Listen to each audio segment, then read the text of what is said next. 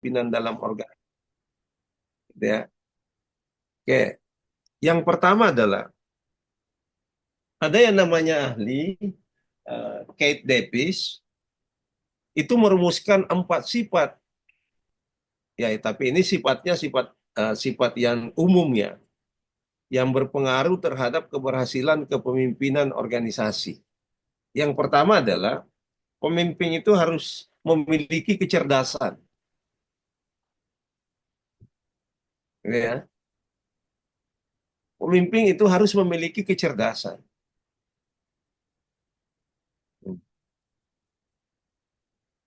Kalau kita pikir-pikir ya, kalau pemimpin cerdas, ya kan nyaman ya.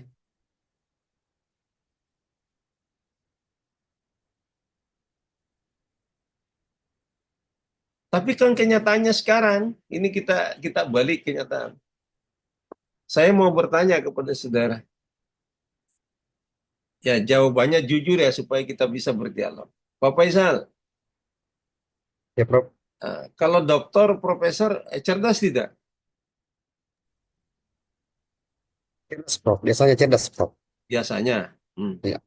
Tapi banyak di daerah kalah profesor dokter oleh orang yang banyak uangnya kalau atau banyak modalnya kalau dalam pemilihan bupati, pemilihan gubernur atau pemilihan legislatif.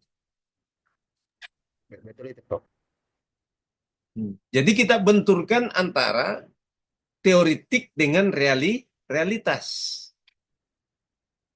Nah, kan seharusnya pemimpin sifat ya kalau kita lihat Kate Davis katakan 4 sifat umum yang berpengaruh terhadap keberhasilan kepemimpinan. Satunya itu adalah kecerdasan. Itu teoritiknya. Nah, sekarang kita benturkan antara Dasein dengan Dasolen.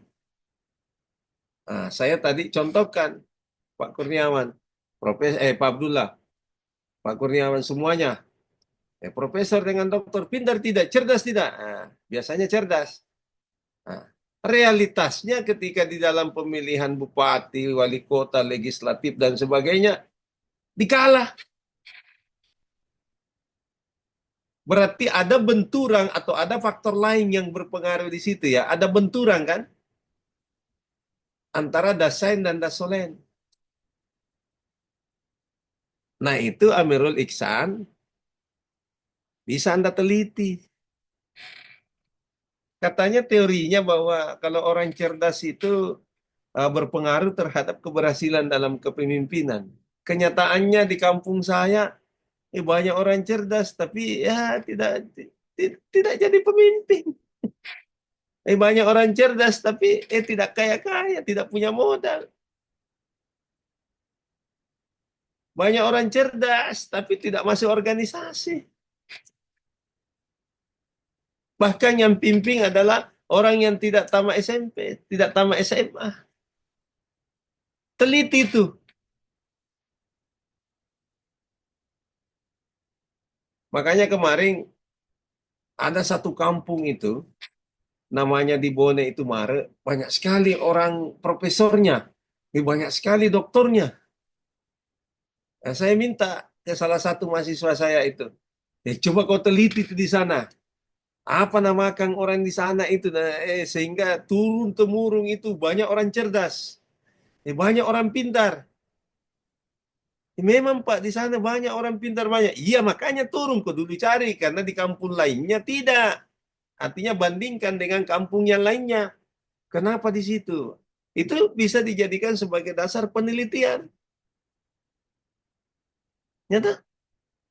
Karena teorinya ini mengatakan bahwa Kate Davis merumuskan 4 sifat yang berpengaruh terhadap keberhasilan kepemimpinan organisasi. Satu, cerdas.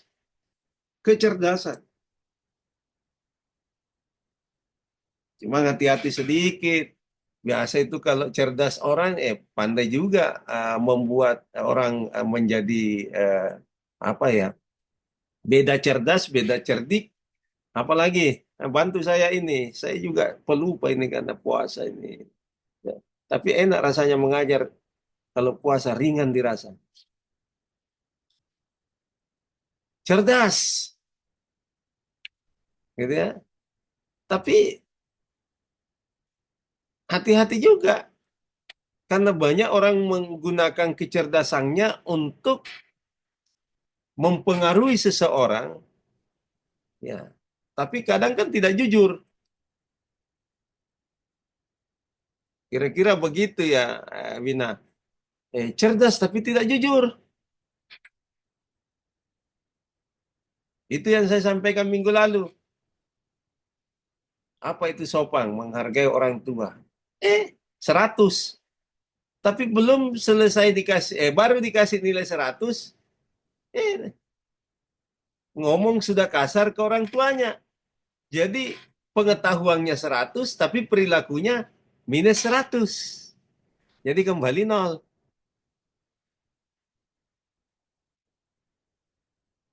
Itulah sekarang tantangannya itu, adik-adik sekalian ya. Topik, Amirul, lihatku sekarang. Termasuk itu narasakan itu Kurniawan di tempat kerjanya. Banyak kita ngomong ini karena banyak pengetahuan tak. Tapi setelah diperlakukan, bisa dia kerja atau tidak? Tidak bisa. Bahkan sekarang terlalu mudah itu,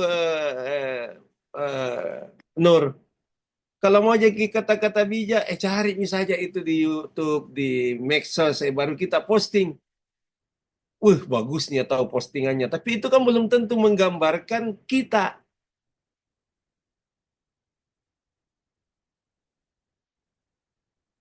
Makanya itu kadang kalau saya tidak mau Kak posting, Ki. Kalau itu tidak menggambarkan diri karena tertawakan Ki orang. Enaknya itu kata-katanya yang dikirim. Padahal perilakunya tidak begitu. Kan itu sebenarnya sudah mau memukul diri kita sendiri kan? Kan seperti itu.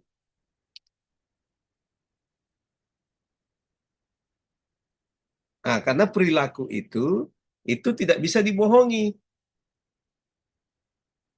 Tidak bisa. Ngomong, ya.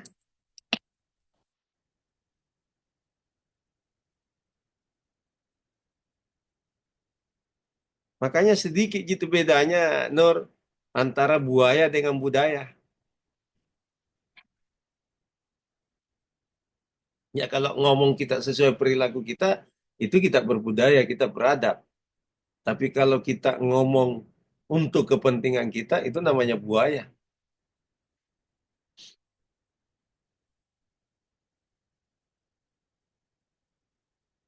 Jadi, Kate, saya ulangi lagi, Kate Davis mengatakan bahwa eh, berpengaruh terhadap keberhasilan kepemimpinan organisasi itu kita harus cerdas. Makanya ya seorang pemimpin ya juga banyak ikut pendidikan, banyak ikut diklat, banyak ikut apa dan sebagainya. Nah, karena dibutuhkan kecerdasan. Gitu. Saya ceritakan tempo hari itu, di sini kan saya ceritakan waktu berkumpul para pemimpin yang sama kedudukannya itu. Padahal hanya satu peletakan batu pertama. Di ruangan ini saya ceritakan ya. Bukan. Di sini pernah, Prof. Nah itu. Ya karena ada pemimpin yang sangat cerdas di antara yang cerdas lainnya itu, akhirnya tidak terjadi konflik. Karena kecerdasannya yang digunakan. Ujung kecerdasan itu sebenarnya ya kan kebijakan. Kita menjadi bijak. Ya kalau kita cerdas, ya ujungnya kita harus bijak dong. Supaya apa yang kita putuskan itu ya berdasar pada kecerdasan kita. Maka di ujungnya kita bijak. Kalau dia cerdas baru tidak bijak, waduh, bahaya itu.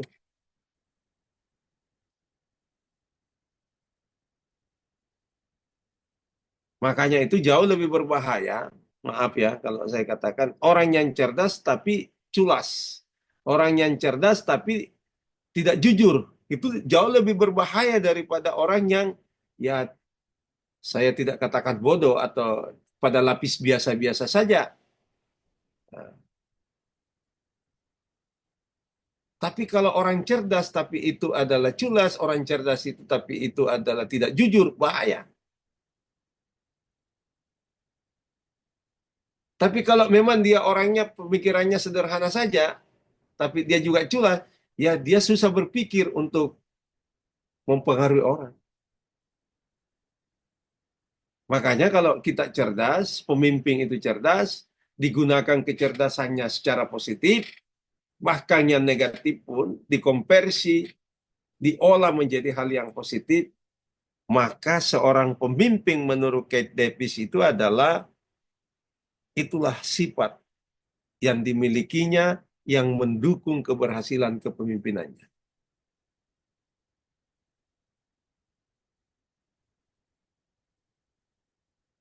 Yang berikutnya, yang kedua, Kate Davis katakan kedewasaan dan keluasan hubungan sosial. Untuk menjadi pemimpin itu kedewasaan dan keluasan hubungan sosial.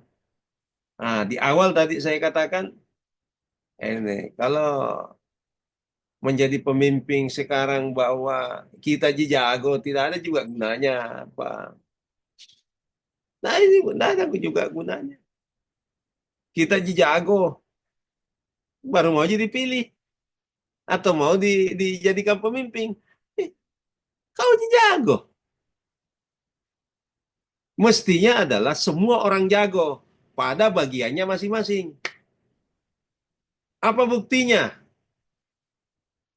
Nurul, lihat Ki, kalau organisasi ini diibaratkan perahu, bagaimana caranya perahu itu bergerak? Kalau jadi nakoda semua, siapa yang mau kasih nyala mesin? Siapa yang mau kasih apa namanya yang apa namanya kalau begini? Ayung apa ya? Dayung.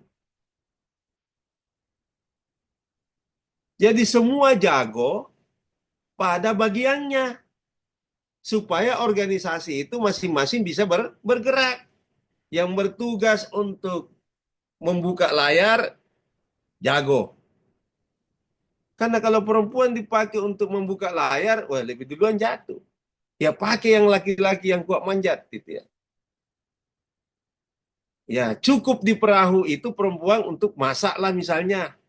Supaya kalau waktu makan itu, ya laki-laki yang sudah mendayung, yang sudah jadi nahkoda, itu kuat lagi karena dibuatkan makanan oleh perempuan yang memang salah satu tugasnya adalah itu.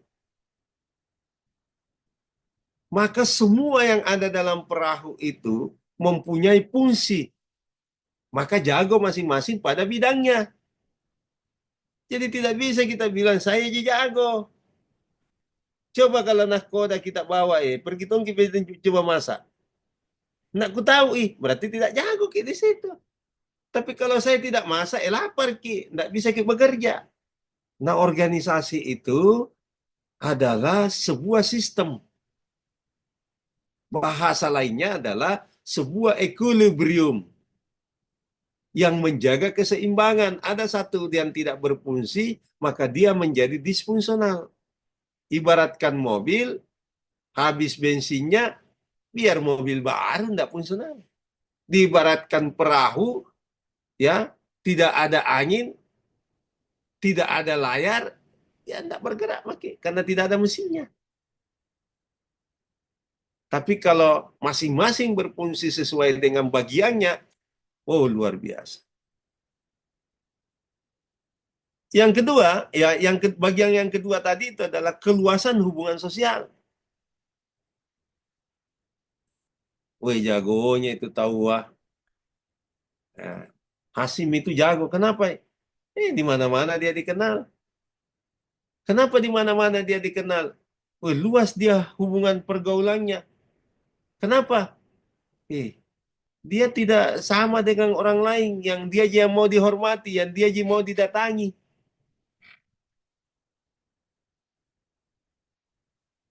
Kebetulan puasa ini tuh salah satu cara untuk memperpanjang hidup adalah bersilaturahmi. Ya karena kalau sakit pun tidak ada orang yang bisa bantu, mati gitu. Tapi kalau kita banyak teman, tak banyak keluarga tak dan sebagainya, sakit-sakit itu ikut dong, ayo kita pergi lihat. Tapi kalau boro-boro semua dan sebagainya, aja pilih ya. Karena itu tadi keluasan hubungan sosial. tanpa pamrih.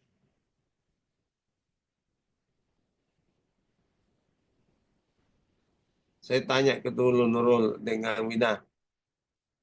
Nah, biar itu kalau keluasan dalam hubungan sosial itu tidak punya ke uang, sedekah yang paling sederhana itu senyum. Jadi kalau senyum saja susah, bagaimana kamu mau hidup? Susah sekali. Senyum saja susah. Kalau ketemu Faisal, kalau ketemu orang, nah biar kita tidak dikenal sudah senyum, apalagi kalau dikasih sesuatu, gembiranya. Tidak ku kenal itu kodon, tapi pak, Kemudian yang kedua, kalau saya kasih sesuatu hasil, biasa dia bilang, ada ji kalau saya. Tidak terlalu gembira ji, tapi kalau saya di jalan, karena saya misalnya punya lebih sedikit, nasi dos ji saya kasih itu orang yang sementara jalan di pinggir jalan yang, 3 kali lipat itu gembiranya. Tapi kalau hasil saya kasih, biasa aja. Bahkan dia tidak terima. Kenapa? Karena lebih besar yang biasa dia peroleh dari itu. Tapi ada orang yang kita kasih di jalan, langsung sampai anu ya, ya mungkin sampai 3-4 kali itu kesyukurannya. Ya. Itu sudah ikut kita di situ sebagai kesyukuran. Ya kan sebaik-baiknya kita ini kalau bisa berbagi, paling tinggi lagi derajatnya kalau kita bisa bermanfaat ke orang lain. Tapi jangan kita bagi ke orang yang sudah lebih dari kita, ya bagi ke yang karena kalau kita kasih yang lebih dari kita, itu namanya menyogok itu. Atau apa namanya, bukan menyogok, apalagi namanya kalau anu. Nah, tapi kalau kita kasih yang kurang dari kita, wah itu luar biasa.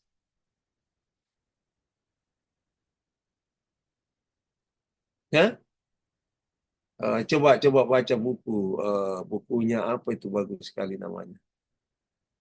Ada buku yang saya baca, judulnya itu adalah Upeti. Tapi ku ingatkan sedikit, ini kalau dikaitkan budaya, kenapa itu? Ini kan ada dua ji perempuan, Nurul ji dengan Bina. Nurul, kita orang apa Nurul?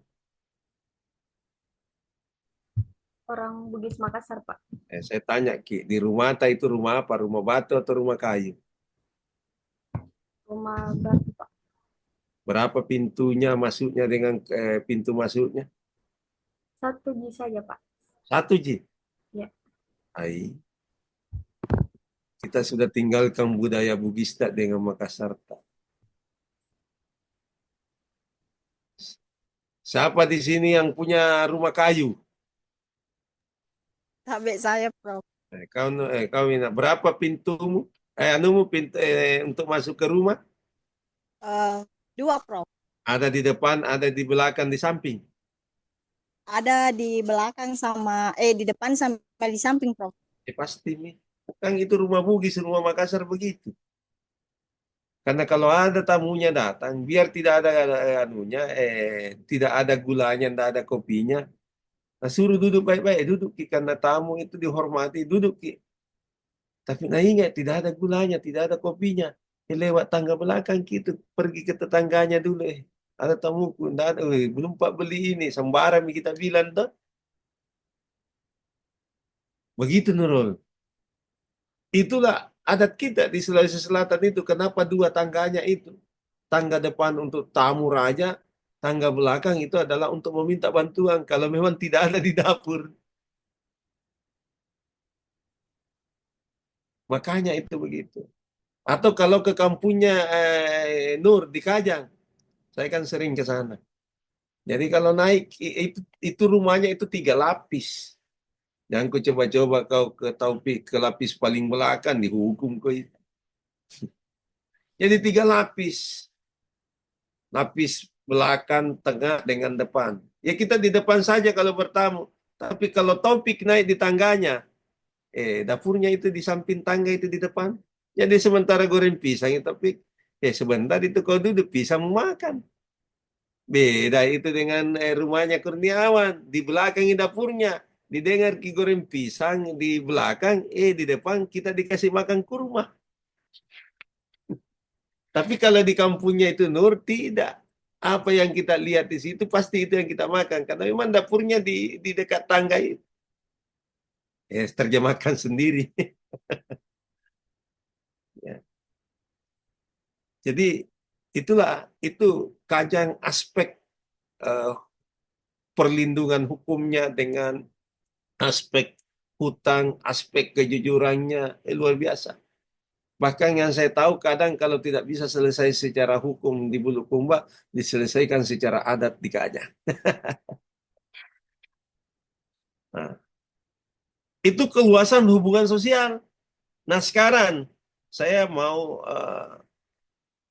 teori ini kita perhadapkan dengan kondisi realitas. Adakah pemimpin sekarang yang pemimpin organisasi ya, yang tidak punya hubungan sosial yang bagus?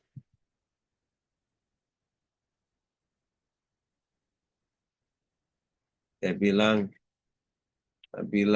Nur, sekarang Pak Doi Ji, kalau ada Doi jadi berkuasa makin. Itu hanya salah satu.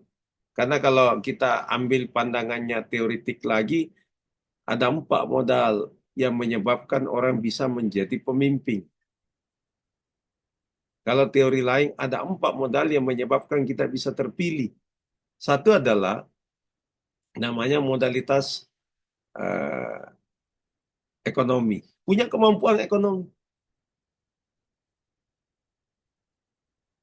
Banyak orang memang terpilih menjadi pemimpin, duduk menjadi wakil, karena dia punya modal ekonomi. Yang kedua, ada yang namanya modal sosial. Itulah yang saya maksud tadi. Menurut Keith Davis, dia punya keluasan hubungan sosial atau modal sosial. Ya kalau Anda cari-carilah juga pemimpin kita sekarang ini, wakil-wakil kita ini, tidak ada kita modalnya. Tapi kenapa dia terpilih?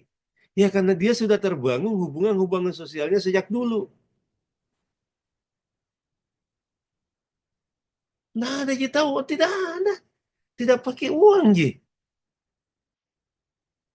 Kalau dia bilang, tidak ada balihonya, tidak pakai uang, maksudnya tidak mendirikan baliho, tidak ada juga kumpul-kumpulnya, tidak ada juga makan-makannya dan sebagainya. Kenapa dia terpilih?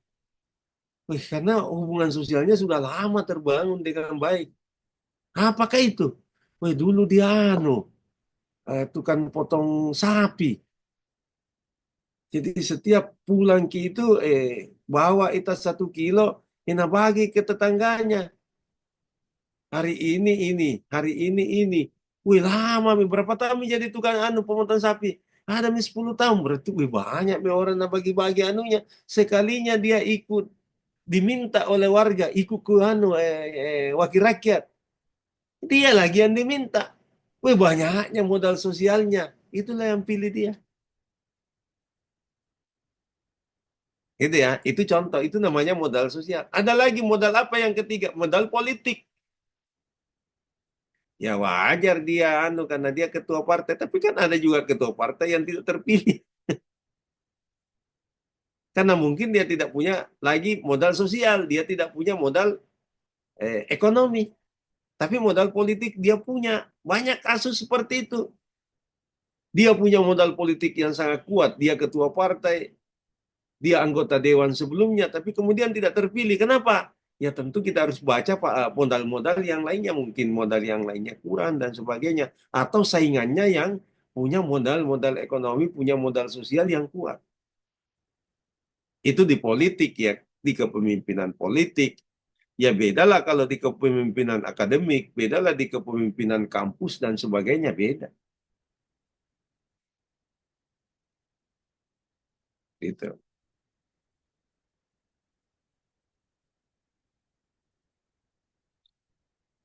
Yang keempat dari modalitas sosial itu ada namanya modalitas budaya.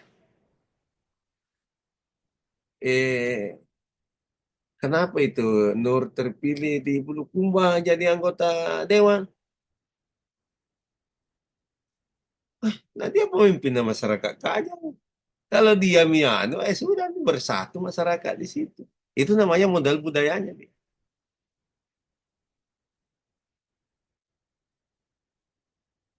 Nah itu Taupi pintar sekali. Kenapa tidak? Iya pintar je. Tapi tidak ada modal lain. Profesor lagi. Tidak ada modalnya. Hanya itu modalnya. Kalau datang na ceramah aja kita biar biar biar itu mau duduk-duduk ngopi susahnya mah. Nah Nur ini baru kita duduk eh bagus barangkali kita kalau rame-rame ngopi.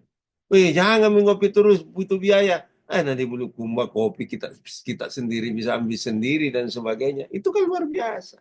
Modal-modal sosial itu terbangun. Modal sosial itu ya terbangun bisa alami dan sebagainya.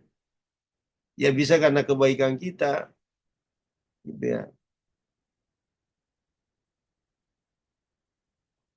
Ya kan orang hidup ini sekarang ya sebaik-baiknya kita kan yang bermanfaat. Nah kalau kita tidak memberi manfaat kepada orang lain, ya bahaya. Saya bilang kemarin, kalau kita mau menjadi pemimpin dalam sebuah organisasi, tolong jaga hubungan sosial dengan baik. Kita menjadi pengkhianat atau menjadi orang baik, itu tergantung dari kita. Jangan sampai kita mengatakan saya ini berniat baik untuk membangun dan sebagainya, tapi ada yang kita hianati. Memang tampak di depan, panggung depan, bahwa akan kita perbaiki ini. Tapi sesungguhnya di panggung belakang ada sesuatu yang kita hianati. Nah itulah politik. Tapi kalau di kampus, itu tidak begitu. Karena kita ada dalam panggung akademik. Nah, Anda calon pemimpin semua ini, calon pemimpin masa depan ini kan masih muda-muda. Ya, saya katakan tadi dalam teori politik seperti itu ada 4 modalitas yang kita harus punya. Makanya jangan kaget adik-adik sekalian ketika kita di lapangan, banyaknya uangnya tapi tidak terpilih. Kenapa? Ya karena memang relasi sosialnya yang kurang bagus.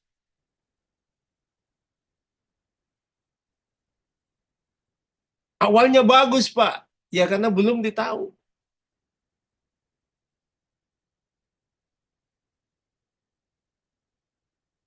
Nah, nanti dalam perjalanannya baru ditahu proses ini. Nah, yang ketiga, menurut Kate Davis, 4 sifat umum yang berpengaruh terhadap keberhasilan kepemimpinan dalam organisasi. Yang keempatnya itu disebut motivasi diri dan dorongan berprestasi. Ada MOP, ada motivasi. Kalau mau menjadi pemimpin, jangan pemimpinnya murung, harus riang gembira lah. Jangan hanya kalau di baik-baik ya kita senang. Ya ada tantangan,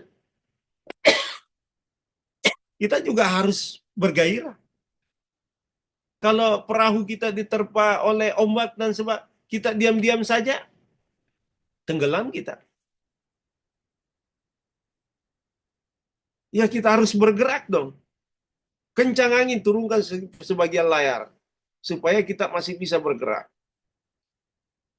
Diserang kita, ya bisa mundur 1 langkah untuk mengambil 7 langkah ke depan. Karena kalau kita mau berlari kencang, tidak ada ancang-ancang. Susah juga. Peluru saja kalau mau ditembakkan, kalau tidak ada gasnya, tidak akan jauh lontarannya. Boleh kita mundur. Mundur 1 langkah. Atau 2 langkah. Untuk ancang-ancang, untuk melenting ke depan. Tapi Iksan, Amirul, yang kau mau lari 100 baru lari 100 meter baru ancang-ancangmu 200 meter. Itu namanya juga mundur sekali itu. Bukan ancang-ancang namanya itu. Posomi baru sampai di garis start. Jadi mundur selangkah untuk melenting ke depan. Karena kalau maju tabrakan.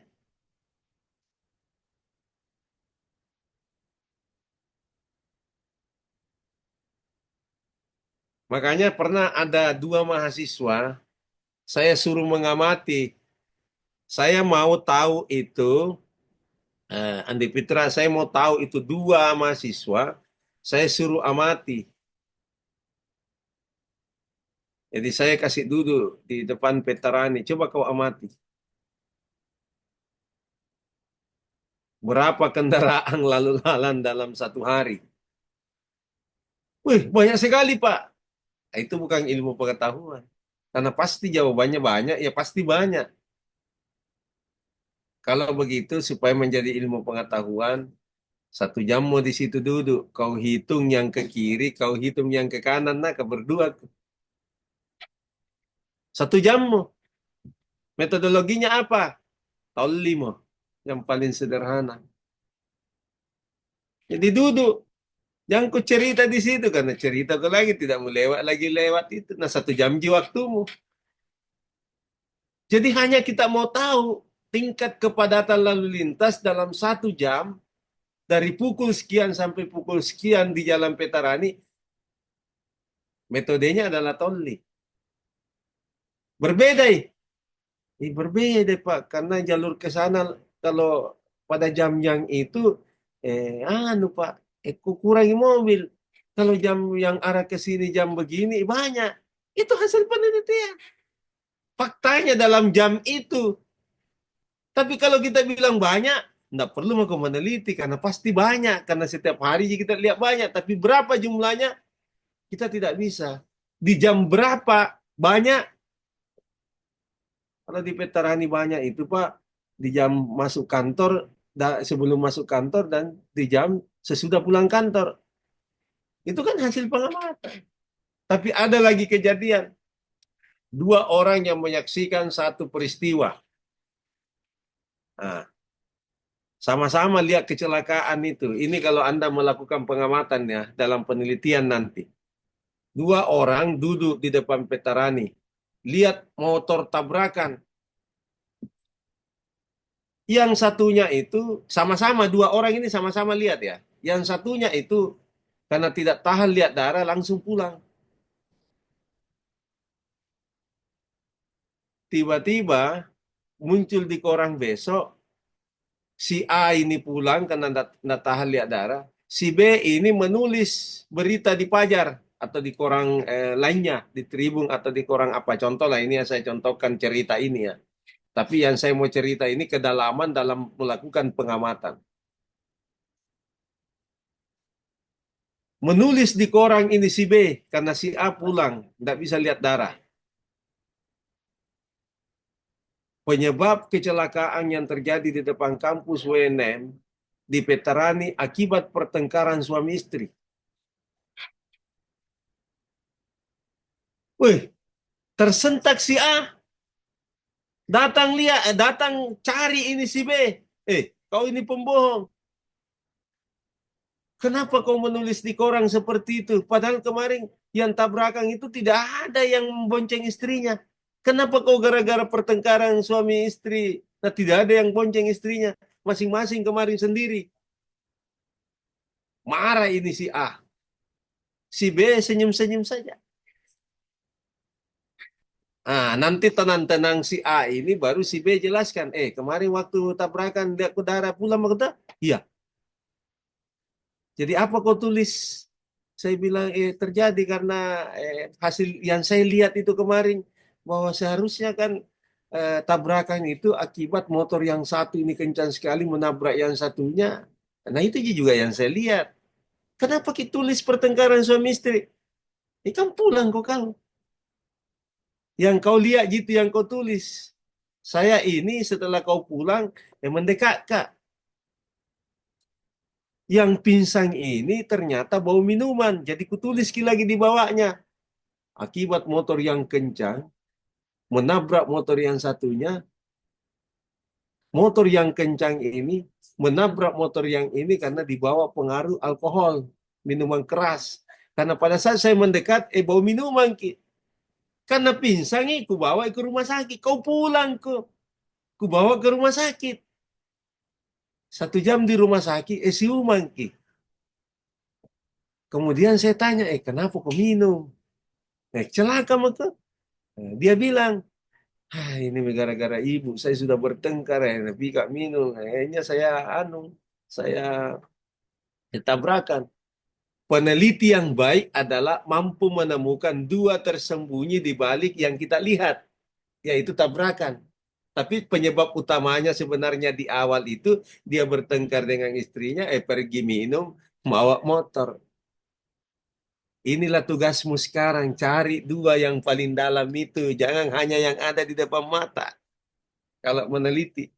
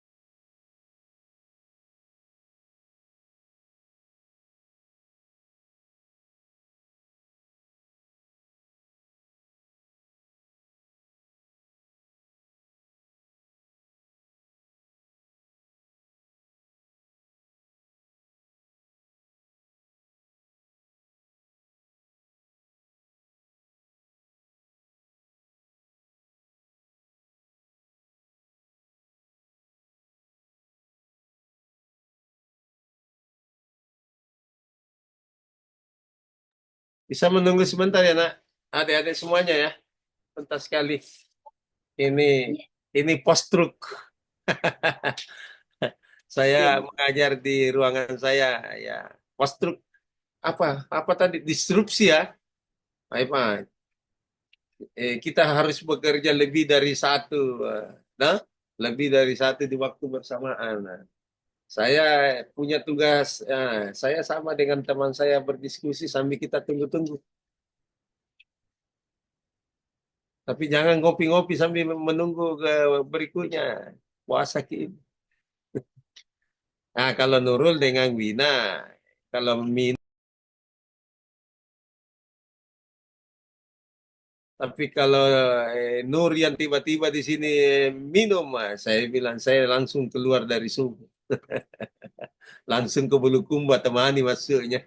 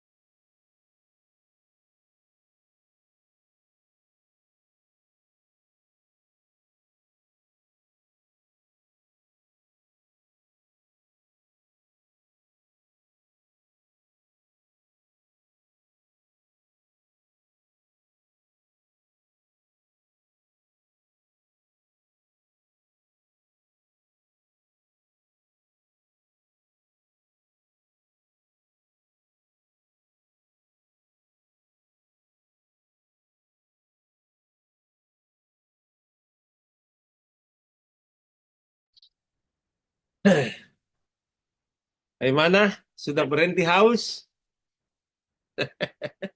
Ketahui Pak Faisal. Ketahui Pak Faisal.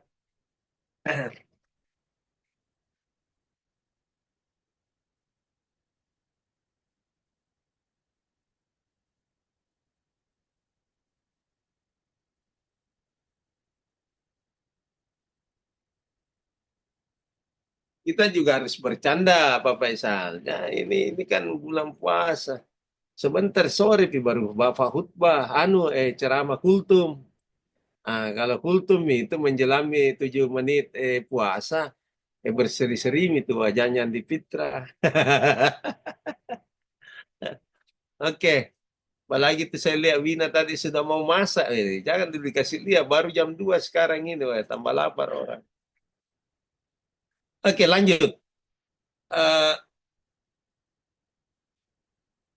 lanjut ya. Anda sudah bisa tadi tahu lah kenapa biasa kalau kita meneliti sampai katanya penciuman lapangan. Ada juga yang bilang bersetubuh dengan lapangan. Itu maksudnya tadi, kalau peneliti pertama itu si A, nah lihat darah, apa yang nah lihat itu jangan tulis. Tapi peneliti yang sesungguhnya itu yang melakukan kedalaman penelitian itu si B. Karena setelah dia antar ke rumah sakit, dia tahu yang sesungguhnya. Itulah namanya dalam penelitian sosial, dalam penelitian kebijakan, kadang kita pahami yang kita pimpin itu karena saking dekat tak. Saking dekat tak. Karena kita saking dekatnya dengan bawahan kita, dengan pemimpin kita, dengan staf kita. Nah biar itu goyang-goyang hidungnya, kita sudah tahu, mau milari sedang. Nah, kita kaitkan dengan administrasi publik tadi, kepemimpinan itu. Ya kita harus tahu itu. Kedalaman-kedalaman kita dalam mengamati sesuatu. Andaikan dia tidak mendekat, ya Anda tidak tahu bahwa penyebab kecelakaannya itu akibat di bawah pengaruh alkohol. Nah, potong itu si A sudah dengan si B sudah bertengkar. Kenapa orang bertengkar? Karena dia tidak tahu yang sesungguhnya apa yang terjadi. Kan salah satu penyebab konflik itu karena ketidaktahuan. Padahal sama-sama ji peneliti, sama-sama ji penulis. Tapi ada satu yang mampu menerjemahkan makna di balik fakta itu. Saya ulangi. Ada orang hebat mengamati sesuatu, mampu mengambil makna di balik fakta. Faktanya kecelakaan, si A benar. Tapi si A menyalahkan si B karena dua fakta di belakangnya itu dia tidak lihat.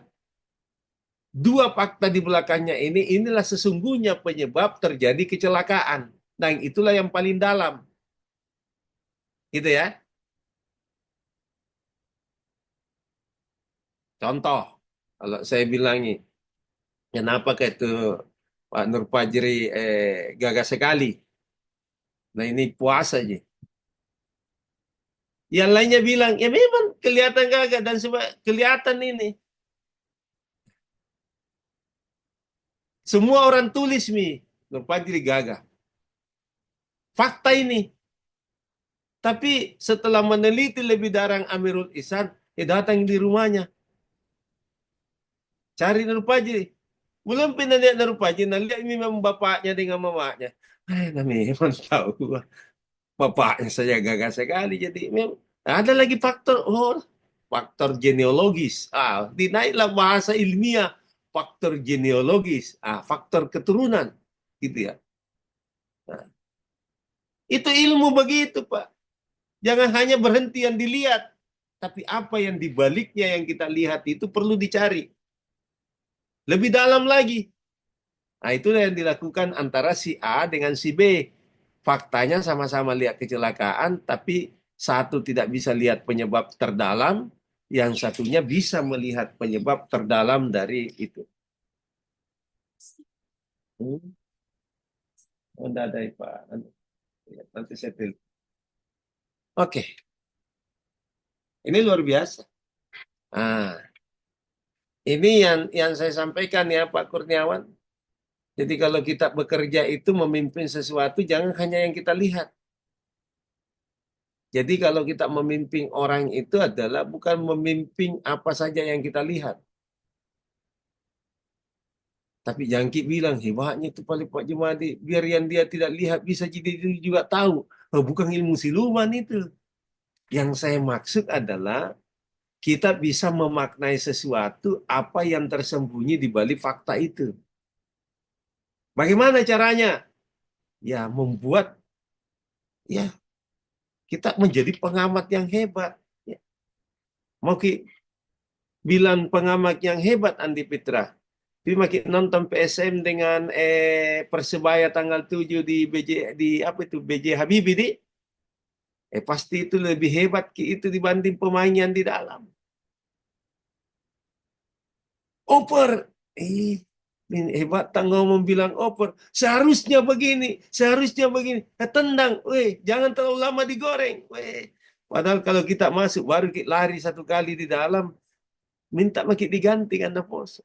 Karena itu pengamat jauh lebih hebat. Mengamati, menjelaskan, mendeskripsikan, menganalisis. Tapi belum tentu bisa dia menjadi pemain. Makanya dalam meneliti itu ada tujuannya. Tujuannya satu untuk peneliti, yang lainnya yang pemerintah untuk kebijakan dan sebagainya. Kalau ada peneliti hanya untuk dirinya, berhenti maka. Tapi untuk kebijakan, untuk pemerintah, untuk orang lain, itulah. Itulah. Makanya di dalam penelitian pengamatan itu menjadi penting. Tapi jangkit menjadi pengamat baru pakai kacamata hitam. Tidak bisa kita lihat dengan baik apa yang kita amati. Melakukan pengamatan itu perlu juga membuat tolok ukur. Seperti yang saya katakan tadi. Hitung itu mobil yang lewat. Oh, banyak sekali Pak. Seharian. Capek Ki Pak. 1 jam. Nah, cari jam-jam tertentu. Supaya ada alasan ilmiahnya. Kira-kira begitu. Nah, yang berikutnya, yang terakhir, nanti kalau saya pote-pote terus ini, Nabilan tidak capek itu.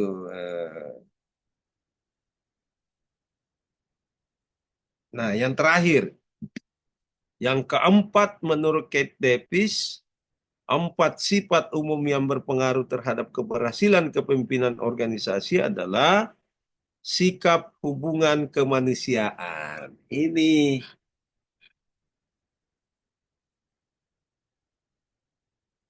sikap hubungan kemanusiaan. Ini yang paling dalam ini sudah membatin. Saya ini lebih jago, tapi jangan peduli saya deh karena ini teman, ini sahabat, ini saudara ini.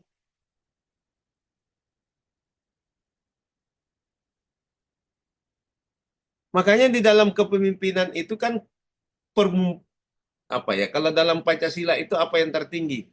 Permusyawaratan ya.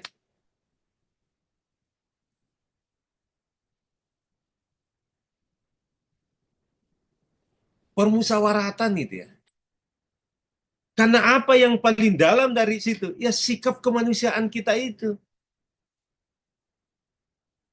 Kalau orang menjadi pemimpin, tidak punya yang namanya sikap hubungan kemanusiaan, berhenti.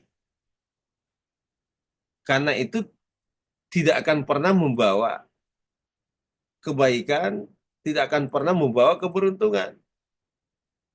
Karena kehadiran kita ini tidak memberi manfaat bagi orang lain. Apalagi kalau diawali yang namanya dengan, ya kadang kan kita tidak sadar bahwa ternyata kita sudah menyakiti, ternyata kita sudah berlaku tidak adil, ternyata kita ini. Ya kita hanya dibungkus bahwa kita hebat, kita mau melakukan sesuatu yang lebih hebat dan sebagainya. Tapi orang tidak tahu latarnya bahwa sesungguhnya awalnya itu seperti ini. Makanya Kate Davis merumuskan bahwa sifat umum yang berpengaruh terhadap keberhasilan kepemimpinan itu adalah memanusiakan manusia. Makanya itu, Nurul, mana tadi Wina? Bedakan gitu sahabat dengan teman ya. Kalau sahabat, kalau teman itu bahagia pakai baru nada tangki. Kalau sahabat itu mau ki bahagia, ki mau menderita datang itu. Beda itu. Kenapa? Ya sahabat itu punya sifat kemanusiaannya luar biasa. Dia tidak dibutuhkan dalam berhubungan dengan seseorang antara keuntungan dengan rugi. Ya kalau ada yang sudah kan ada teoritiknya bahwa yang abadi itu adalah kepentingan. Ya sudahlah. Kalau saya itu ya sebenarnya lebih penting adalah kemanusiaan. Ya. Kalau orang ini semua punya kepentingan. Tapi kalau kepentingan kita melanggar asas kemanusiaan, lebih baik berhenti. Nggak ada gunanya itu. Karena kalau kita sudah kehilangan sifat kemanusiaan itu hanya karena ambisi kekuasaan itu menjadi pemimpin, kata Kate, maka hilang salah satunya adalah hilang kemanusiaan kita, hilang sikap hubungan kemanusiaan kita. Ada yang bilang kan nanti tampil diperbaiki.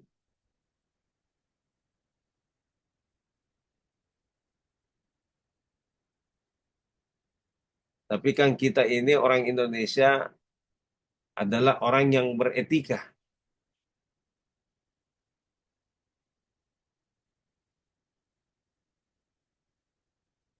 Saya perlihatkan satu gambar kepada, mudah-mudahan Anda bisa lihat ya.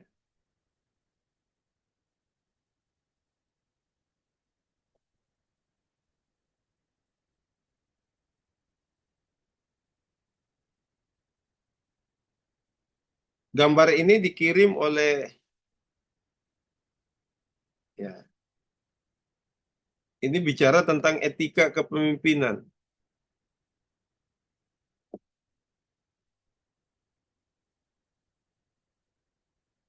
Ya, coba lihat, bisa dilihat ya gambar ini. Bisa lihat gambar ini? Tidak bisa lihat ya? Bisa, bisa. Coba lihat, saya kasih jalan. Binatang pun bisa menghormati. Gitu ya. Anda bisa lihat ya? Bisa, Prof. Bisa. Bisa lihat ya? Ini anak saya yang pertama yang sementara di tempo hari di Jepang ya, kuliah. Nah, saya bilang, dikirimi saya foto yang seperti ini, malu rasanya sebagai orang tua saya ini, gitu ya. Ini pun kalau saya ngomong nanti bulan puasa Anda katakan Pak Jumadi ini sombong sekali nyebut anaknya yang semua ya, itu fakta. Ya kebetulan dia memang ya di sana ya adiknya yang kuliah di dalam ini karena dia kan masih S1 belum selesai lagi. Anda sudah anu. Tapi bukan itu yang saya mau cerita. Saya sebagai orang tua ketika dikirim foto itu saya bilang luar biasa ya.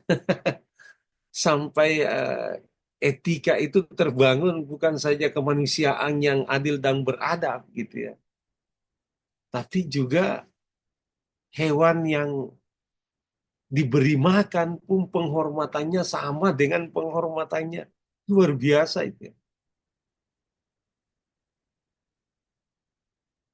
Paling tidak kalau di Indonesia itu saya sudah sate atau saya sudah apa gitu ya. Nah, itulah yang saya maksud tadi ya. Kate itu empat sifat itu ya, empat sifat. Saya tadi itu tampilkan hanya secara kebetulan bersambungan dengan apa namanya, dengan materi tadi itu. Apa namanya, hubungan kemanusiaan itu ya, itu jauh penting Bapak Ibu. Eh, Mungkin kalau Anda seorang melankolis menonton YouTube tentang keberhasilan seseorang menjadi hebat, menjadi pemimpin yang hebat, itu tidak ada yang berangkat dari hal-hal yang sederhana, tapi berangkat dari hal-hal yang luar biasa.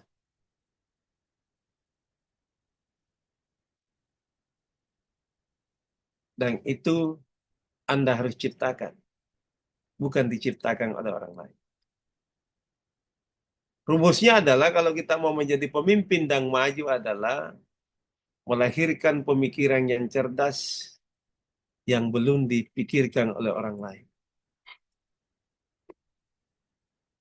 Kenapa kalau kita lewat di Pangkep, kenapa itu penjual, apakah itu di pinggir Pangkep itu yang berjejer itu? Broncong apa? Penjual Dange, apa? Prof. Dange, Dange, Prof. dange. Kenapa tidak seramai yang dulu?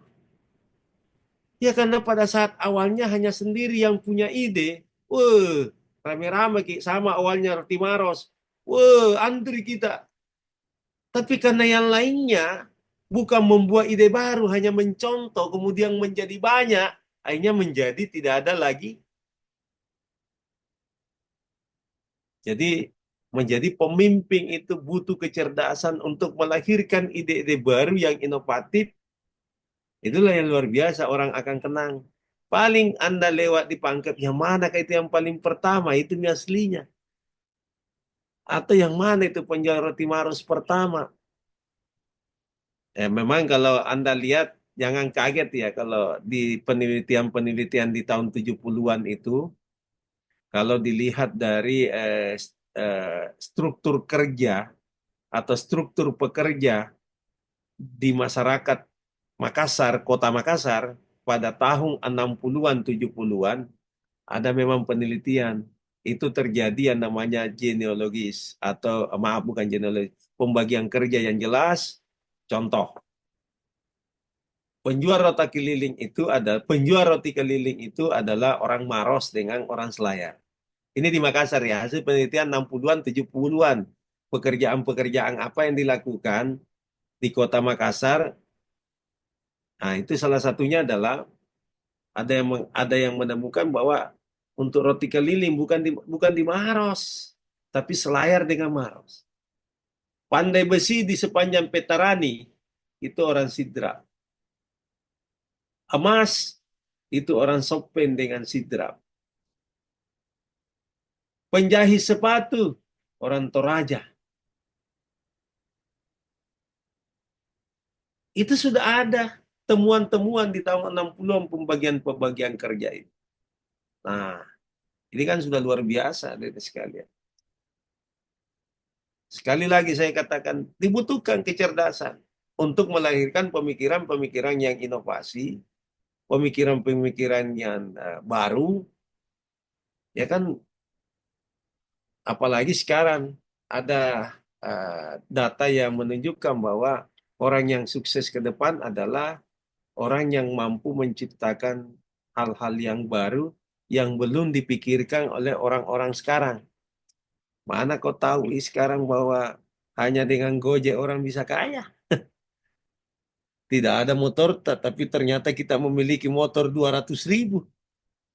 Hanya karena berbekal kita aplikasi.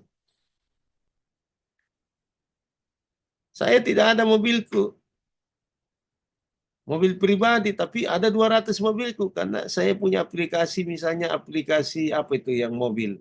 Grab.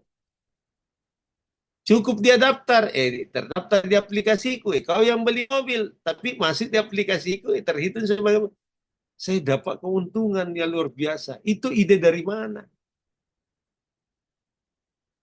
Jadi yang saya tahu itu awalnya salah satunya adalah ketika munculnya namanya apa sebelum Grab itu, Gojek. Itu kan anak-anak muda yang kuliah di Amerika, ya lihat macet itu, yang setelah pulang dari ke Indonesia, dia lihat di Indonesia macet luar biasa. Bahkan di jalanan itu bisa menghabiskan berjam-jam waktu. Nah, makanya dia ciptakan itu aplikasi, aplikasi panggilan, aplikasi antaran. Ya sekarang tinggal kita duduk di rumah, semua sudah bisa sampai di rumah. Termasuk kita. Biar di mana bisa kita jemput sampai di rumah. Tidak perlu beli mobil. Menyebabkan itu maju. Itu karena apa? Kecerdasan. Sekarang jual online. Malah ada pemikiran saya sekarang. Kalau ada yang orang hebat di sini mau bikin pasar, tidak perlu pasar rakyat yang begitu pasar banyak biayanya. Pasar online saja. Yang punya durian kasih masuk di lapakku. Yang punya tapi harus dipastikan bahwa itu ada barangnya, jangan sampai orang beli tidak ada barangnya. Yang punya ubi kayu kasih masuk di saya. Ini pasar namanya farmer, petani. Masuk semua di lapak saya. Bagaimana kalau orang beli? Ya kerjasama dengan Gojek, dengan yang lainnya, antarnya. Dihitung keuntungannya. Luar biasa. Bahkan saya, andaikan saya ini bukan dosen tapi wajah apa bisnis apa? Bisnis online. Apa online-nya? Jual jasa kos. Mahasiswa di UNM ini setiap tahun UNM saja setiap tahun terima 11.000. Kita cari itu kos-kos di Makassar kita jual online. Daripada orang pergi keliling cari jauh lagi kosnya. Lihat itu di jualannya Pak Taufik. Ada itu di sini kosong, di sini harganya sekian. Itu ada gambarnya. Dapat lagi. Padahal kita duduk-duduk gitu.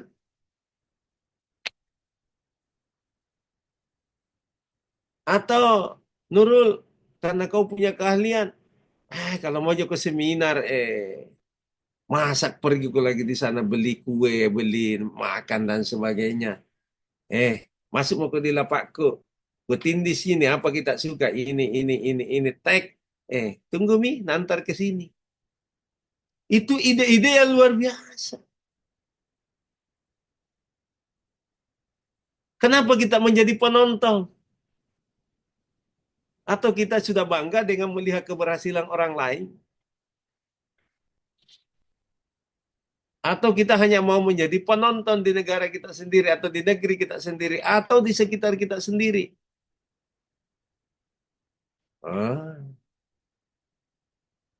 Pemimpin cerdas, tapi harus didukung dengan modal, harus didukung dengan jaringan yang luas. Dan yang paling pokok yang terakhir saya sebutkan tadi, biar kita cerdas, biar kita punya jaringan yang bagus, kedewasaan, tapi tidak ada itu sifat kemanusiaan kita, jangan. Karena tidak bisa kita hidup kalau tidak ada sifat kemanusiaan. Kira-kira ada yang lahir di sini tanpa kerjasama antara dua manusia yang dibungkus yang namanya dengan C. Itulah sifat kemanusiaan kita. Dan dibungkus terakhir ada yang namanya kemanusiaan yang adil dan beradab.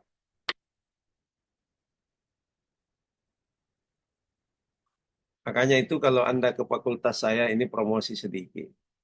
Baru masuk di pintunya Anda akan melihat dignified education, pendidikan yang bermartabat. Melahirkan manusia yang bermartabat atau yang berperi kemanusiaan. Karena biar kaya ki, biar cerdas ki, biar jaringan luas, tapi kita tidak sadar bahwa kita tidak bisa hidup tanpa manusia di sekitar kita. Ya kita ini kan mau dihormati. Kalau tidak ada di sekitarmu, siapa mau hormati kok? Kalau kau mau berbagi, tidak ada juga di sampingmu, siapa yang mau kau bagi? Kau mau bahagia tapi sendiri, kau ketawa sendiri, maka ya kita membutuhkan. Makanya sisi kemanusiaan itu menjadi sangat penting dalam hidup ini. Tanpa jabatan, tapi kita hidup memanusiakan manusia tanpa apa dan sebagainya. Anda akan hidup. Wih, anu itu. Wih, Pak Isal tuh. Wih, ah, masih jauh sudah disambut. Tapi kalau yang lihat Hasim itu, ayo meh, itu harapan. Karena sisi kemanusiaan kita yang ini. Ya saya ini contoh Jasim, jangan sampai lagi kau bilang ini bulan puasa Pak, cuman saya tidak begitu ya, biar contoh Ji. Siapa paling yang kita beri contoh kalau dia bukan yang ada di dalam sini? Masa orang yang tidak ada tambah bohong ke itu? Ya, Nur, hmm, kita berhenti dulu. Nih, sudah ada 1 jam saya ceramai Ki. Hmm? Prof. Iya, Prof. 1 jam 55 menit, Prof. Berarti lebih tinggi saya. Itu tidak bisa saya kuhitung amalku. Karena jangan sampai ada kuhitung yang jelasnya lebih saya sedikit karena ilmu yang bermanfaat yang saya kasih Ki. Sama aja juga kalau ceramah yang dikasih Ki oleh Ustaz, saya juga ceramai Ki dalam ilmu yang bermanfaat. Nah kalau ada yang satu yang baik dari saya kau manfaatkan juga kepada orang lain, bersambung Ki terus. Saya dapat, Anda dapat, yang lainnya juga dapat, nah sambungi lagi. Enak memang tong itu menjadi orang berilmu. Apalagi kalau jadi guru Ki, ya apalagi kalau jadi Ki Pak Kurniawan, apa yang kita dengar ini, jangan ke mana, terlalu sombong, baru kok jadi kasuba. Itu bilang, anu ke dosenku, lebih penting itu persahabatan kita, kemanusiaan kita. Jangan terlalu baru kok diangkat jadi kabak langsung memang perintah-perintah Ki. Nah sama aja Ki ini. Di kantor gitu, kalau di sini main bola Ki sama-sama bos. Toh? Nah, itu contoh. Maaf ya, saya caranya menjelaskan kurang bagus. Kalau ya saya itu selalu mempertemukan antara teori dengan realitas. Ketika tidak ketemu antara teori dengan realitas, maka itu terjadi benturan. Dalam ilmu pengetahuan disebut dasain dengan dasolen. Makanya itu kalau Anda mau selesai disuruh meneliti, dibenturkan antara teori dengan realitas. Kalau sama ji, jangan mau kau teliti. Tapi kalau terjadi benturan, ya teliti. Berarti muncul aspek kemengapaan. Mengapa itu? Tapi kalau apa itu pengetahuan. Tapi mengapa terjadi begitu? Itulah ilmu pengetahuan. Benturkan itu. Makanya sekarang kau masih diceramai, tapi 1 tahun 8 bulan, magister ini. Kecuali mau ada lagi yang mau gunakan sampai 4 KRS, 3 mau. Jadi semester berapa sekarang? Semester 2, Prof. Dua, Prof. Mestinya kan seminar proposal nih. Atau selesai ini seminar kuliahmu ini bulan berapa? Bulan 6. Siapkan judulnya. Akhir biasa gitu di akhir semester ini proposal nih. Pulang maki di rumah penelitian 4 bulan pulang maki ya 1 tahun 8 bulan itu sudah selesai. Saya ini enggak sembarang ngomong ya karena ini yang kemarin di wisuda S2 yang wisudawan terbaik 4,0 luar biasa itu 4,0 1,8 bulan luar biasa itu. Ya, tapi jangan ikuti saya karena saya S1 hampir 6 tahun karena perubahan kurikulum dulu sekarang kan 144 ya dulu saya selesai 170-an ya wajar dong 5-6 tahun baru kita selesai gitu. Oke, baik, terima kasih banyak Nur. Screenshot dulu baru kirim lagi supaya kita bisa ada bukti bahwa kita ketemu.